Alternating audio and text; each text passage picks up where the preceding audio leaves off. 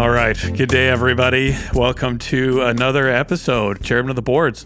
The car is a little lighter today, the Miata. It is just Mason and I. Brian is obviously not in the podcast today, but he'll be back with us next week, I'm sure. And the background, I mean, Mason, I was asking before we got started here if you were, really embracing your birding roots, but you got quite the bird cage there. You're obviously not in the normal Vertex studios today. I'm not. And this is also not a green screen. I am in lovely San Diego. And we're on a little bit of a vacation here for the few weeks that my wife has off in the summertime and that my son has off from school. We're making the best of it. So we're here, but I want to make sure that I'm also available when I can be so that we can continue the podcast as planned. Yeah. So I come to you from San Diego.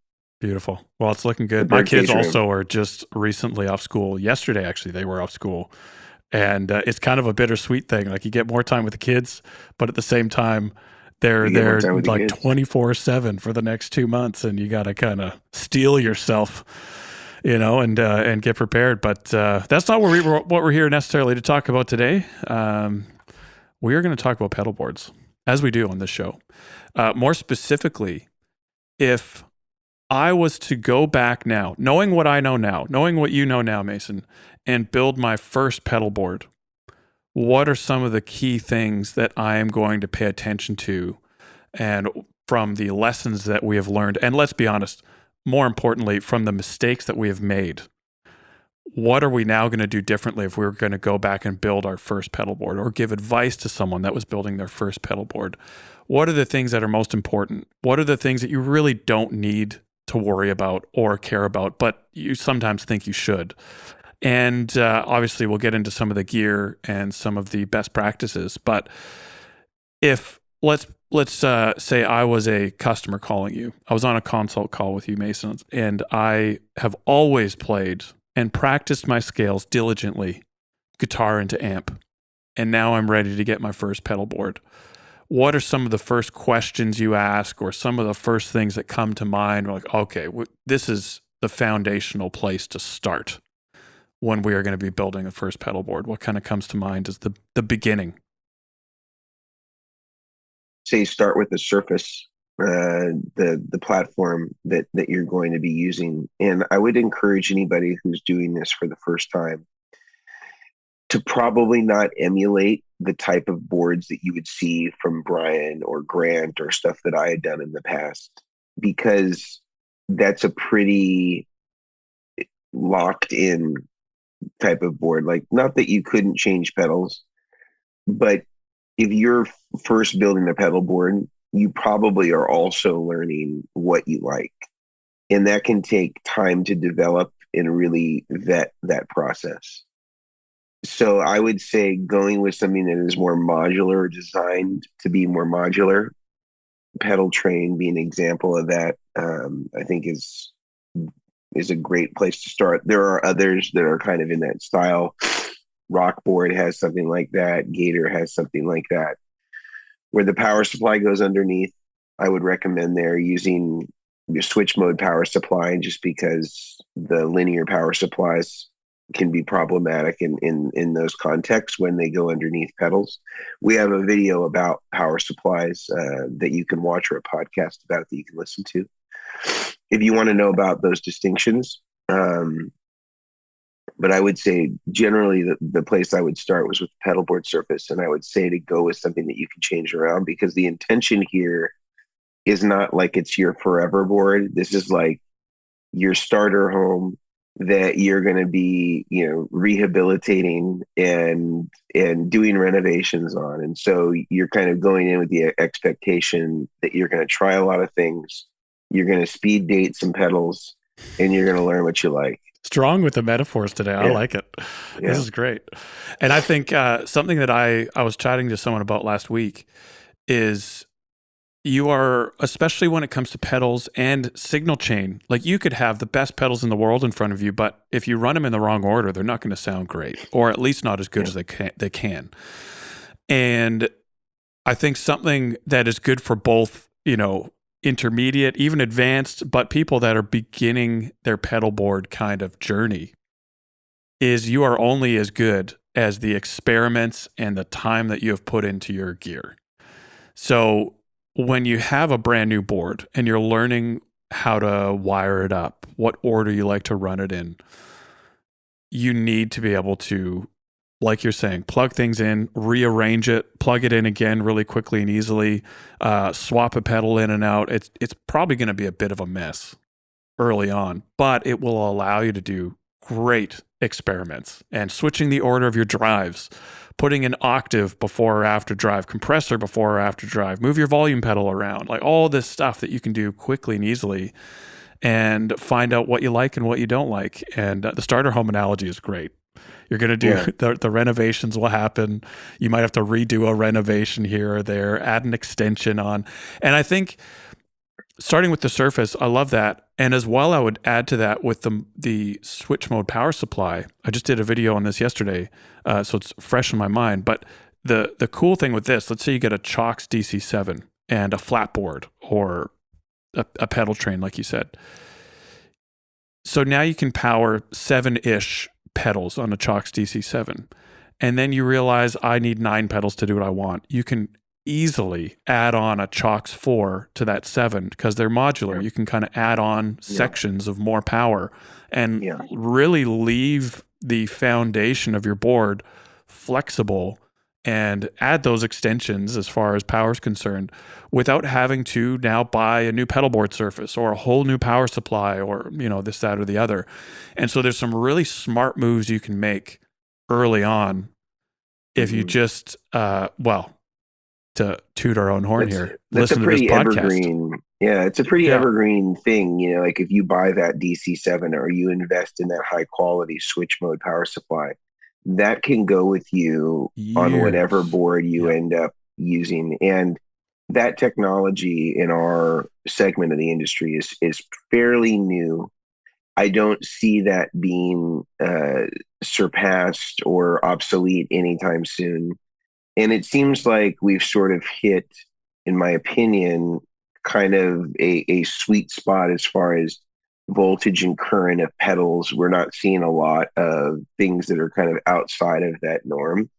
And there's really not much that the DC7 can't do voltage or current wise, or can be combined to do whatever it is that you need. So I think that's an example of a high quality switch mode power supply that we recommend. Chox DC7, as Grant mentioned, that's expandable so that you could add another 8 outputs or another 4 outputs, depending on what it is that you wanted to do. It's all isolated. And the benefit of it being switch mode as compared to a linear power supply is you can put stuff underneath it, like on those pedal train style boards, and you don't have to worry about any issues with interacting with the transformer and having any sort of noise as a consequence of that, which was typical of a lot of the larger, very power-hungry pedals that were being powered by a linear Voodoo Lab power supply, for example, that a lot of people did for many years. Another thing I would think that would be good is I wouldn't go solderless. I'll repeat that again. I wouldn't go solderless. But I think that there's a case to be made to say when you're in this phase that you may want to use some of those pre-made molded patch cables. So EBS is an example of a company that makes some quality, and they're actually soldered internally, patch cables. Ernie Ball makes similar style. I believe MXR now has some styles that are like that. I would suggest going with kind of those pre-made patch cables. They're not going to be the best cables in the world, but what it is going to do is it's going to give you a reliable connection, and it's going to give you a way to get everything put in order to start to experiment. You're going to have some pre-made lengths. And this is really just about sort of the servicing of the sound at this point. You're just kind of getting it serviceable so that you can start the experimentation. If you want to go ahead and upgrade to soldered cables down the road and you want to learn that skill, then you can do that. But I think that when you're doing the first pedal board, the real X factor of that journey is figuring out your tastes. That's really what it is. And so sort of insulating that is the goal. We really want to make sure that all the recommendations that I'm making to you and that Grant's making to you are in service of, well, you need to figure out what you like, and this is sort of the path of least resistance to do it. So I don't have any objections. Like, of course, if you want to learn to solder or you know how to solder, great, do that, because it'll save you money in the long run to be able to buy bulk cable. Because even the best Mogami cable that we use is probably, in most cases, maybe with the tariffs now, is slightly more, but is usually under $1 a foot. And that is very, very inexpensive. And the plugs are really the consequential cost, like a square plug or the evidence stuff that Grant has been using, or the Goodwood plugs or the Creation plugs. Those are the most expensive part of the plugs. But those, for the most part, if you're not a butcher with a soldering iron, you could reuse them if you needed Totally. to, and will be fine to be reused. And substituting different cable lengths and such. But I think that kind of the ribbon, Ernie balls, the EBS, I think those are all kind of good choices to start with. Again, to start to assemble the rig and figure out what your tastes are. What do you say, Grant? No, I love it. And I think I actually wanted to chat about, let's say now we have a surface, we have a few pedals, and we can talk about what those pedals might be. But we're already talking about parts and raw parts here. So I think now's a great time to stop and talk about our sponsors that make this podcast possible. Do you want to take that? Yes. Well, I think first off, our friends at the Guitar Sanctuary are a great resource for this, because not only do they sell some of the premier pedal brands in all of the industry, but they also sell many of the pedal boards, many of which we've already spoke of on the show. If you head over to guitarsanctuary.com, you can peruse all of the different options that they have. Or if you find yourself in the Dallas-Fort Worth area, they are in McKinney, Texas, and you can head over there to their shop. They have an excellent and very well-educated staff that can help you find the perfect pedal board for you, probably even the ribbon patch cables that you might be looking for, and most certainly the switch mode power supply that you'll need. A great place to shop, a great place to visit, the Guitar Sanctuary. Check them out.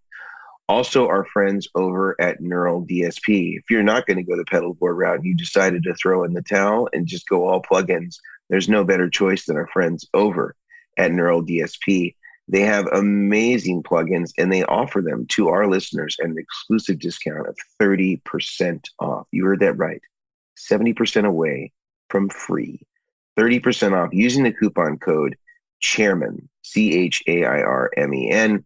They have their new Core OS update, which brings you lots of different things on their Nano Cortex, which is the smaller version of the Quad Cortex, which is something that I love and I use frequently. And also, if you have the regular Quad Cortex, they are routinely taking those same plugins that you might be getting at 30% off and able to migrate those onto your Quad Cortex so that you can take those with you, take them to any gig that you want, fly with them. They're all encompassed within the software of your Quad or your Nano Cortex.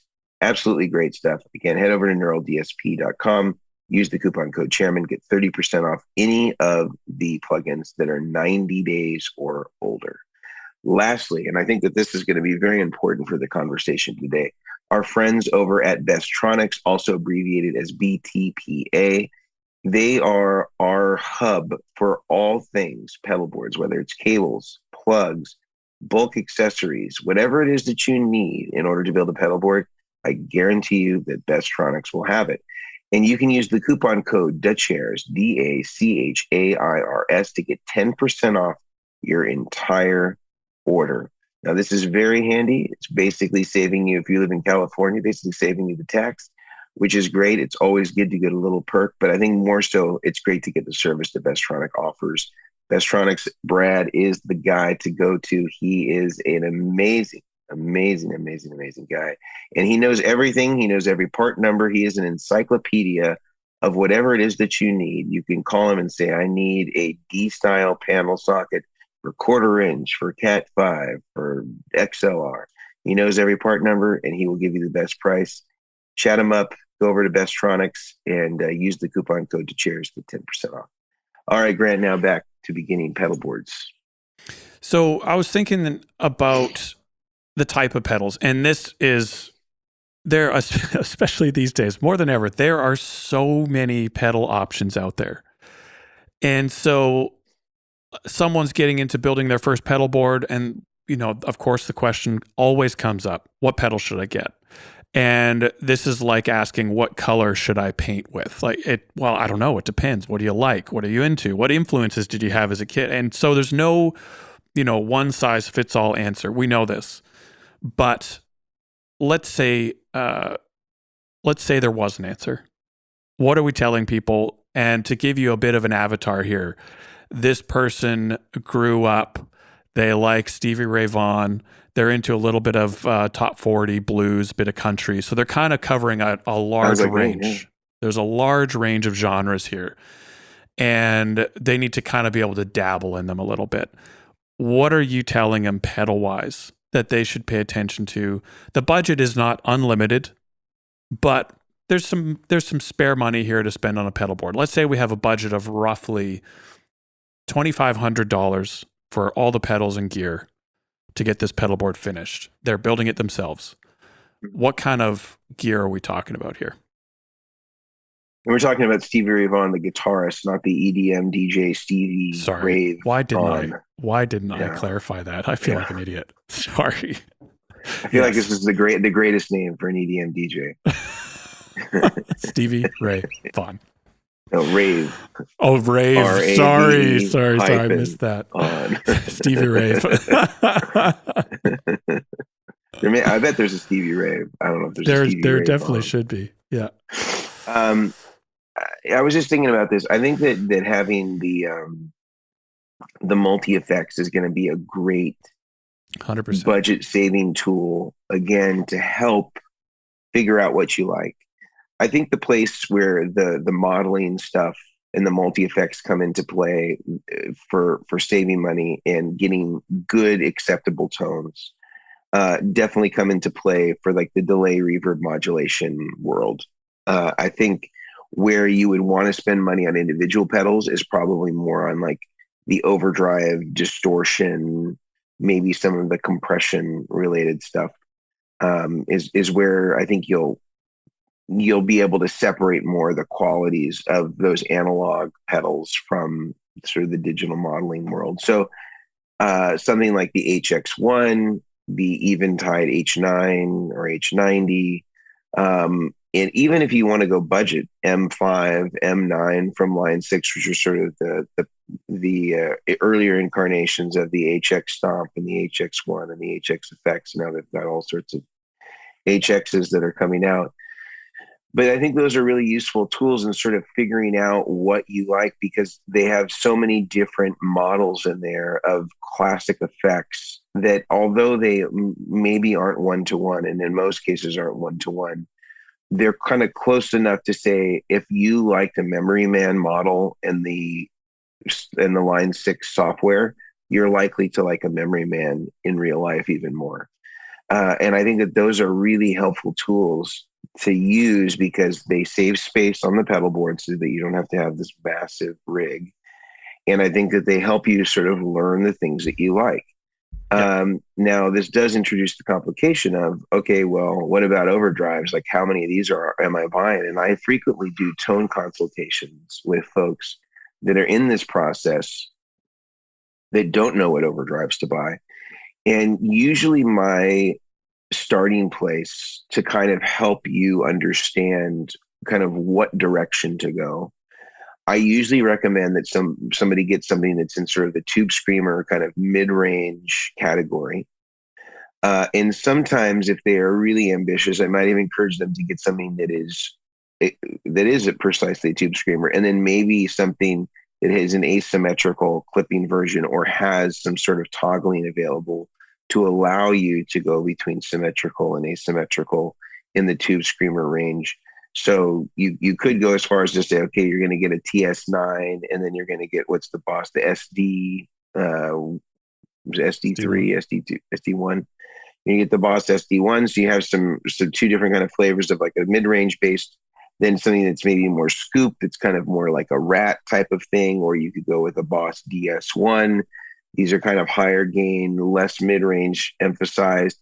And then maybe you want to go with kind of what's considered more of a transparent overdrive, something like a Timmy or something like that could be another place to start. And then if they want to go higher gain, you could get them into the Marshall Governors or kind of variations of that, the Carl Martin Plexitone.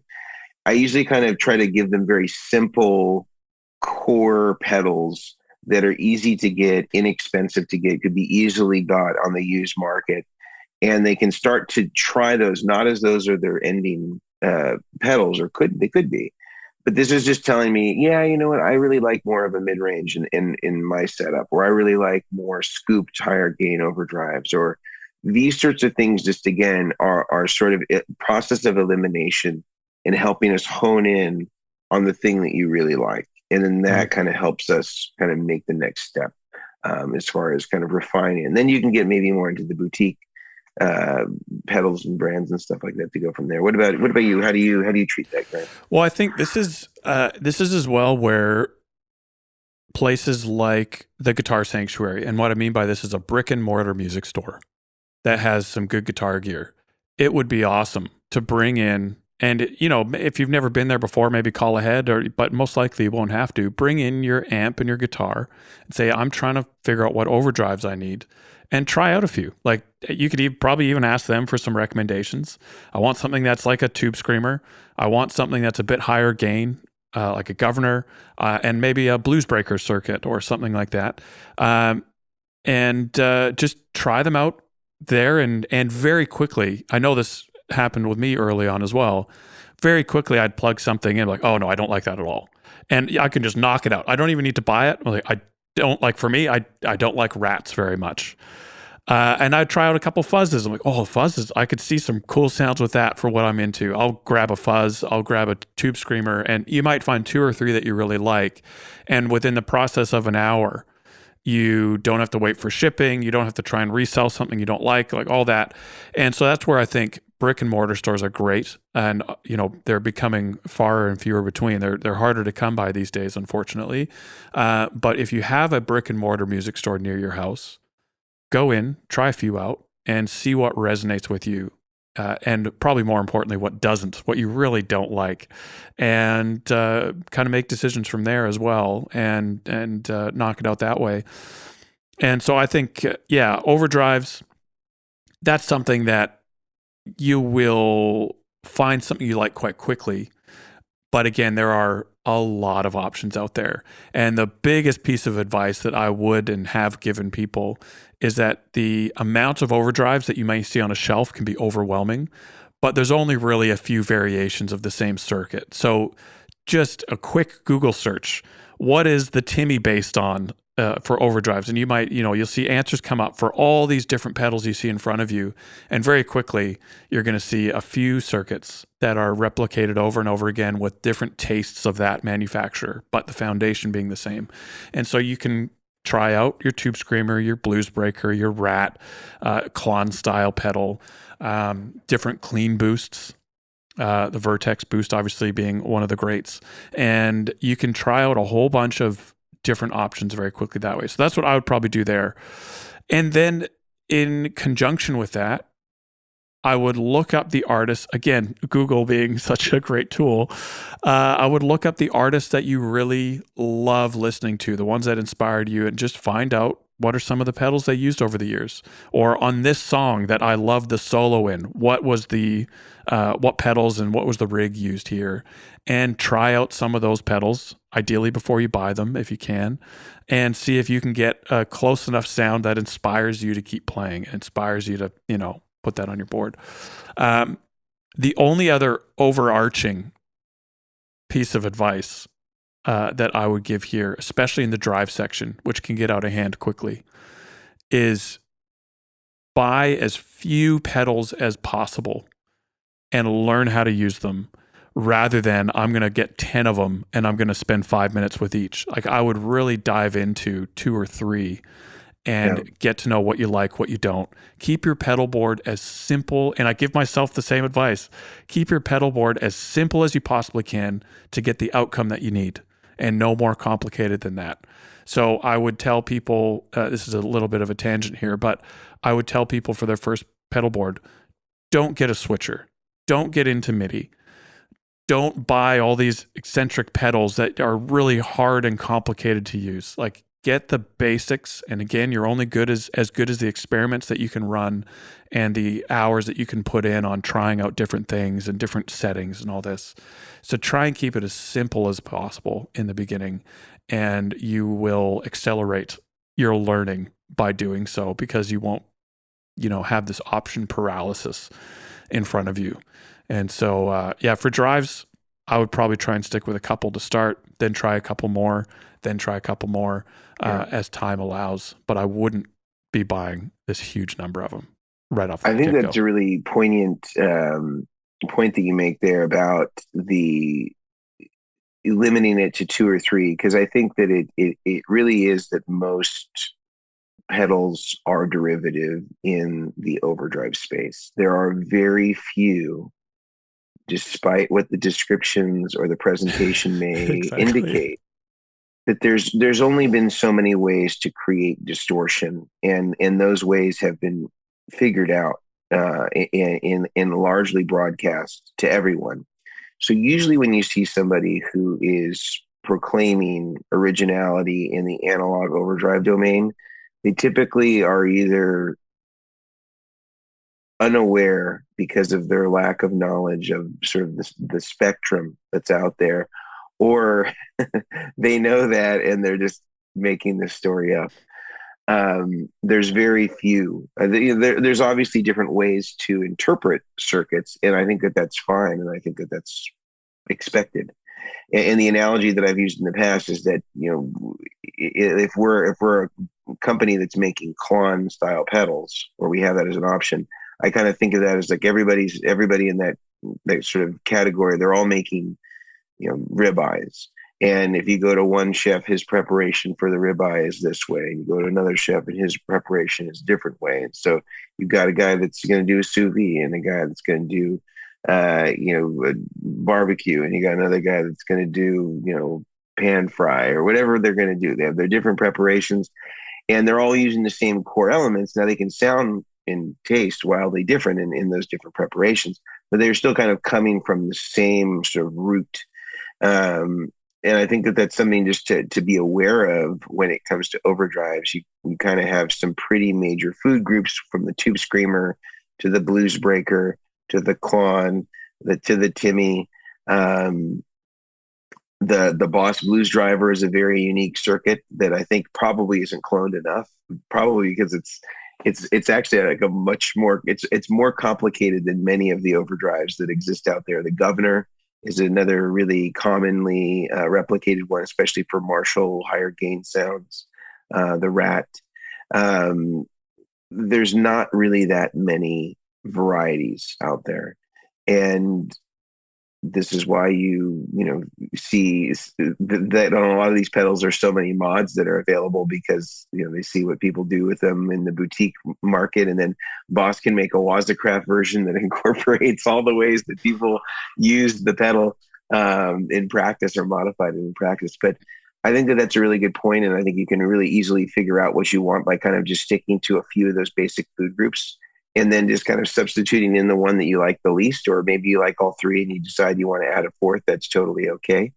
But I would definitely say that that's really where I would spend the bulk of my time. I would start with getting multi-effects to really encompass all of the modulation, delay, reverb effects, and keep that as its own thing, and say to yourself, you know what, I'm going to forego buying individual pedals in those categories unless there's something that I just really know that I want, or I really know that I need, because those will cover the majority of the ground. And I'm telling you right now, the best session musicians in the world that have to play all these songs for pop and country radio, many of them use the M9.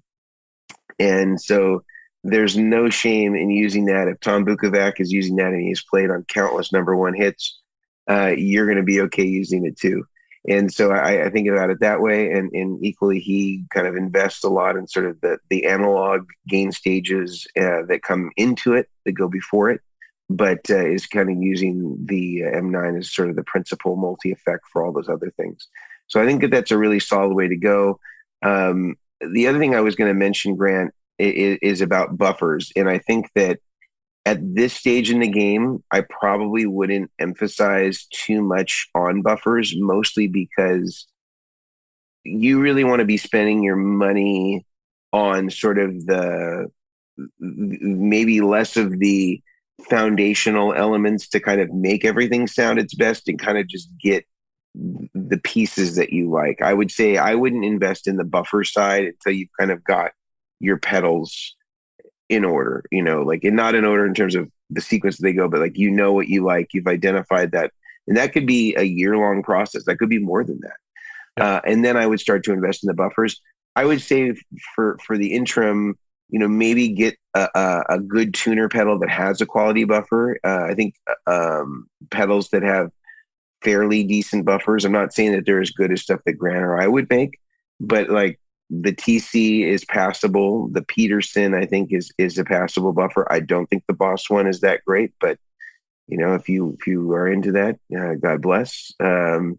And most of the pedals that you use for multi effects, for delay, reverb, all that stuff, they have a decently low enough output impedance where you're not going to have this huge tone loss.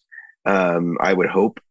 So I wouldn't emphasize too much of getting the buffers in at this stage. I think that that's kind of more like the sort of final curation of the pedals, and then you would add in quality interface or quality buffers at that point. I don't know that I'd spend too much time at this stage in the game at worrying about that. I would kind of say, okay, I need a tuner. Let's double up and get something that has a decently good buffer in it. So at least I'm loading my guitar pickups, well when I'm coming into the rig, and I'm converting it to low impedance. And then I'm relying on my last effect, whether it's an M9 or an HX Effects or fill in the blank multi effects. And that's going to be decently low enough to kind of drive back to my amp with a minimal amount of degradation. How do you feel about the buffers in this context? No, I would agree. And I would assume as well that with someone getting their first pedal board, they probably aren't gigging as much, and they're probably doing quite short cable runs. Like I imagine someone sitting in their room with a 5 or 10 foot cable to their board and a 5 or 10 foot cable to their amp. Like the cable runs are minimal at this point anyways. And so, right now you're focusing on the 80%. You're focusing on what do I like, what pedals really inspire me to play, not the 20% of how do I now polish this pedal board to be as good as it can be. And so I think at this point, if you've gotten a good power supply, then I think that is one of the main things to consider at this point, because you can keep that with you no matter what happens in the future. Yeah. And so, I would totally agree. I did have another question, and then I'd love to get in how you would approach building the board like this as a beginner with not as much experience under your belt. But before that, are there any pedals in the single or analog realm, like not that wouldn't go into the multi-effects category or the wet effects necessarily, but any pedals that you would strongly recommend not getting early into the stage of building a board? And so, like, one of the ones that come to mind for me is at this stage, I would probably ignore standalone EQ pedals as an example. And I think they definitely have a place, but I think that could tend to be something that distracts you or pulls you away from the foundational, what overdrives do I like? What kind of reverb am I into, and all that. And so, like, EQ for me, I would probably wait a little bit until you're getting into the fine tuning stages. Yeah. Is there anything, would you agree with that, disagree with that, and anything No, else you kind of throw in here? I would agree with that. I would say that's kind of more of a refining pedal that kind of comes as you develop. Because a lot of, like, when I first started buying pedals, I didn't know what those frequencies meant. Like, I could move a slider up and down on a graphic and see the number, but I had no context for like what that meant in terms of what it was affecting. I could hear it, but I didn't know. I had no context for like what 800 is, or Yep. 2K or whatever. What's actually going to serve the sound and Yeah, context you're playing in. Yep. yeah. So I think that could just add a level of confusion. Um, Again, I think multi effects will absorb pretty much everything, like from the modulation, delay, reverb. I think having standalone overdrives is good. I think if you're going to get into compression, I didn't understand compression as an early builder of pedal boards. As a teenager, and I'm starting to assemble a pedal board with some pedals that I could afford. Um, I didn't really understand. I remember I bought a 2-knob Keeley compressor because I saw a lot of my guitar heroes using it. Like Brad Paisley was using a 2-knob Keeley, I think, on Mud on the Tires. And I was like, well, I better get that if Brad Paisley uses that. And it was Yep. kind of the boutique compressor of the time. And I didn't understand it. I didn't understand what it was doing. I was like, all right, like I would turn knobs and there's only 2 of them, but it took me a little time to really understand what was happening. But I would say that those type of analog effects, I think you could make an argument for certain types of boosts could be better served in sort of a standalone format. I don't think you need probably a lot of boost at this point. I would just say kind of a standard single knob, even an EP booster at this point, I think would serve well to sort of understand the distinction of pre-gain boost versus post-gain boost, pre-gain adding more That's saturation. A good lesson to learn. In getting things to have more distortion versus putting it after something and then just having to add more volume. And of course, there'll be some color from the EP booster because that's part of the design. But you'll quickly understand kind of the distinction between those boost placements, so you can start to understand what type of boost you like in terms of the order of the effect of the boost. I think compressors can be cool, but I feel like it may almost be like a novelty. There may be some novelty in it the same way that an EQ might have that. Wah-wah might be something that you wouldn't want to have absorbed by the multi-effects, although you could. But I think that like wah-wahs you can get fairly inexpensively. Like a standard Crybaby is like a pretty good wah-wah. It's not going to be. You can get them used for under $100. You can get them used. The only thing I would caution about used wah-wahs is it is an effect that I think is sort of destined for failure because of just the mechanical design of the wah-wah is just hard on the pots and on the whole mechanical aspect of the pedal. So if you do buy a used wah-wah, if a scratchy pot's one thing that you can hit with some contact cleaner and you can pretty much make it fine. But they can be finicky. It's not I wouldn't say they're as reliable as a regular stomp box. So just keep that in mind if you are deciding that you want to buy that used. But wah-wah generally goes first in the chain. I think fuzz is another one in that category. Like those multi-effects don't really do properly because of just the whole nature of the fuzz being very high impedance. That just means it's really sensitive to everything, and it's hard to sort of build that in the digital domain. I think a fuzz face is a wonderful place to start. They make little mini ones now that aren't these huge, bizarrely shaped, circular enclosures. I think those are really cool. Another one, if you want to get into fuzz, and I tell everybody about this. I don't know if I've told you, Grant, but you're going to have your mind blown here. I think that I think it's called the super badass fuzz or the badass fuzz, something like that, from MXR. And it's kind of in a sparkle purple enclosure, and it's got a Variac control on it. It's basically the Band of Gypsies fuzz face that Dunlop had made, but in a standard MXR size enclosure. A mini and enclosure. The only not the mini one. It's in like a standard, like a Phase 90 enclosure. Yep. And I think it's branded MXR as opposed to Dunlop, like how the fuzz faces are. And it is ostensibly the Band of Gypsies fuzz face with the addition of a Variac control. So instead of having the variable battery, let's say, voltage on the power supply, it's on the power input on the pedal. So you can sag it down to, 3 volts or something like that. And although that's not the entire picture of the battery, it gives you some kind of cool ways to kind of get the fuzz to be fartier or cleaner or all that stuff. And it's a really great fuzz face in this sort of like more standard size than you would find. And they're very inexpensive, purchasable on Amazon. I think they're like $120 or something like that. And I'm sure you could find one for under 100 used. Those are a fantastic place to start if you're just like, I want to experiment with fuzz faces, not sure what I like. This is a very inexpensive very good sounding example of like a quality fuzz face sound that I think is worth checking out. Like I use them on my regular boards. I like them so much. That's great. And one Yeah, cool thing, again, for beginners is learning how to interact your volume pot on your guitar with that fuzz. And again, you'll get a whole bunch of different sound. yeah, Like it's a very flexible pedal for being so simple, like for just being a yeah. gain pedal. There's a lot you can do with it if you're willing to, again, put the time into it. That's great. The other thing I wanted to ask before we spend the last couple minutes on maybe building do's and don'ts is a volume pedal. So this one, and again, this is probably more opinion than anything else, but a volume pedal allowing you to do swells, to obviously pull back and maybe tune silently depending on how your tuner's set up. What would your opinion be on yes or no to volume on an early pedal board?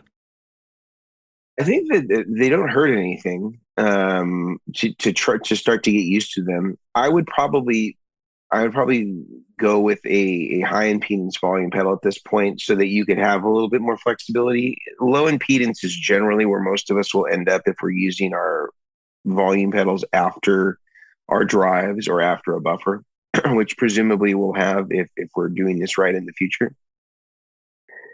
But I think that the 250K is maybe a good place to start. You could try it up front and start to get a sense of what that does.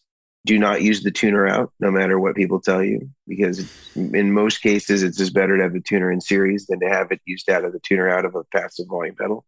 I think the Ernie Ball VP Junior is a great place to start. If you want to have a little bit higher quality, they have their MVP line, which has a Kevlar string. That is a 250K. You could try the Boss, although I think that they're quite a bit bigger and probably, in some ways maybe reaching obsolescence in that regard. The Dunlop Volume, or is it called Volume X? Volume X. Those are also, they have a bunch of different ones. I think those are also they're okay. Yep. Fine to start. I don't like the really small ones. I understand, practically that some people need that for really tiny little pedal boards, but those to me are just like toys. We can make pedals smaller. We can't redesign the foot. I think the average male shoe size is like a 10 or 10 and a half, something like that.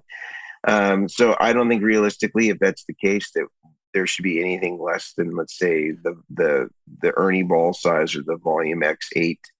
Those are kind of like, they feel like they should fit a regular foot, or at least something close to a regular foot. Yeah.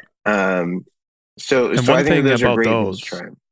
One thing about the Volume X as well is they also have, if let's say you have a multi-effects, it also can double very easily as an expression pedal. So you could experiment with expression control if you want to, let's say you're 6 months in or 3 months in, whatever, feeling a bit more comfortable. Expression control is one of those things that's easily overlooked and can give you a bunch of cool options. And I think up until this point, my whole goal would be, how do we keep this guitar player getting into pedals playing as much as possible? Like they come home from work, like, I want to play guitar. I want to, and in my mind, a volume pedal, being able to do some volume swells with delay and reverb, like there's some really cool soundscapey type. I'm playing by myself, and volume swells is a great thing to have up your sleeve. And I think there's some great things here, but I think the main goal is, and this is where keeping it simple comes into it, is you want to play. You want to go to your board and be able to sit down for 45 minutes and not get frustrated after 5. And by keeping things simple and limited, you're more likely to do that. And so, I think this is great. So moving on to the last, I know we only have a few minutes here, but the gear is here. Tests have been, let's say there's been pedals on the ground, signal chain's been all over the place. We are now settled on some pedals to go for the next 3 to 6 months. And now we need to make it a little bit more permanent by putting it onto a pedal board. What are some of the best practices that you would tell someone building it by themselves for the first time? They've never built a pedal board before, never wired it up. What are some of the things that you're telling them off the bat? Let's say they have an angled board, so they can put power underneath if they want. Sure.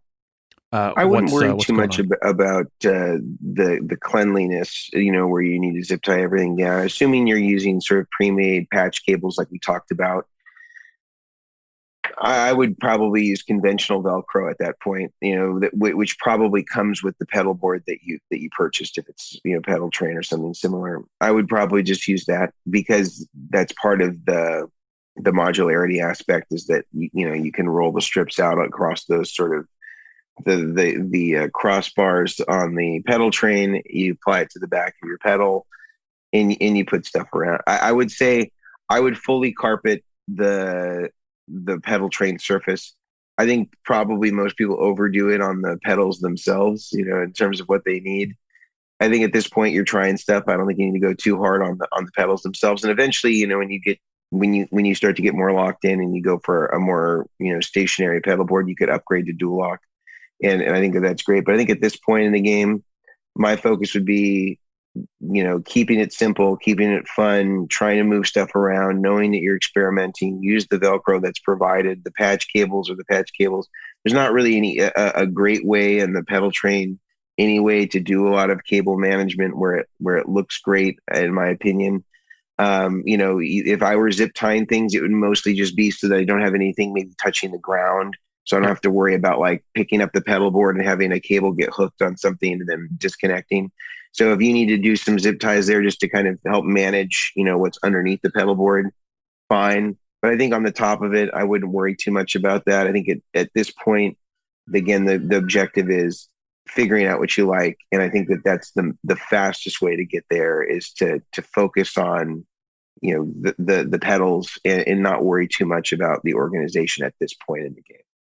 And I would also say, if you're wiring up a board for the first time, even if you're wiring up a board for the 100th time, you always got to, especially with multi-effects, that's a one to pay attention to, and wet effects, things with higher current or power requirements, is to check the power requirements of the pedals that you have. So the last thing you want to do is plug in a center positive cable or center negative cable into a center positive pedal, or something that requires 300 milliamps on a 100 milliamp output, depending on your power supply that you're using. Like, there's a few things here where it can be really good to take that extra 5 or 10 minutes and just check what the power requirements are for the pedals that you have.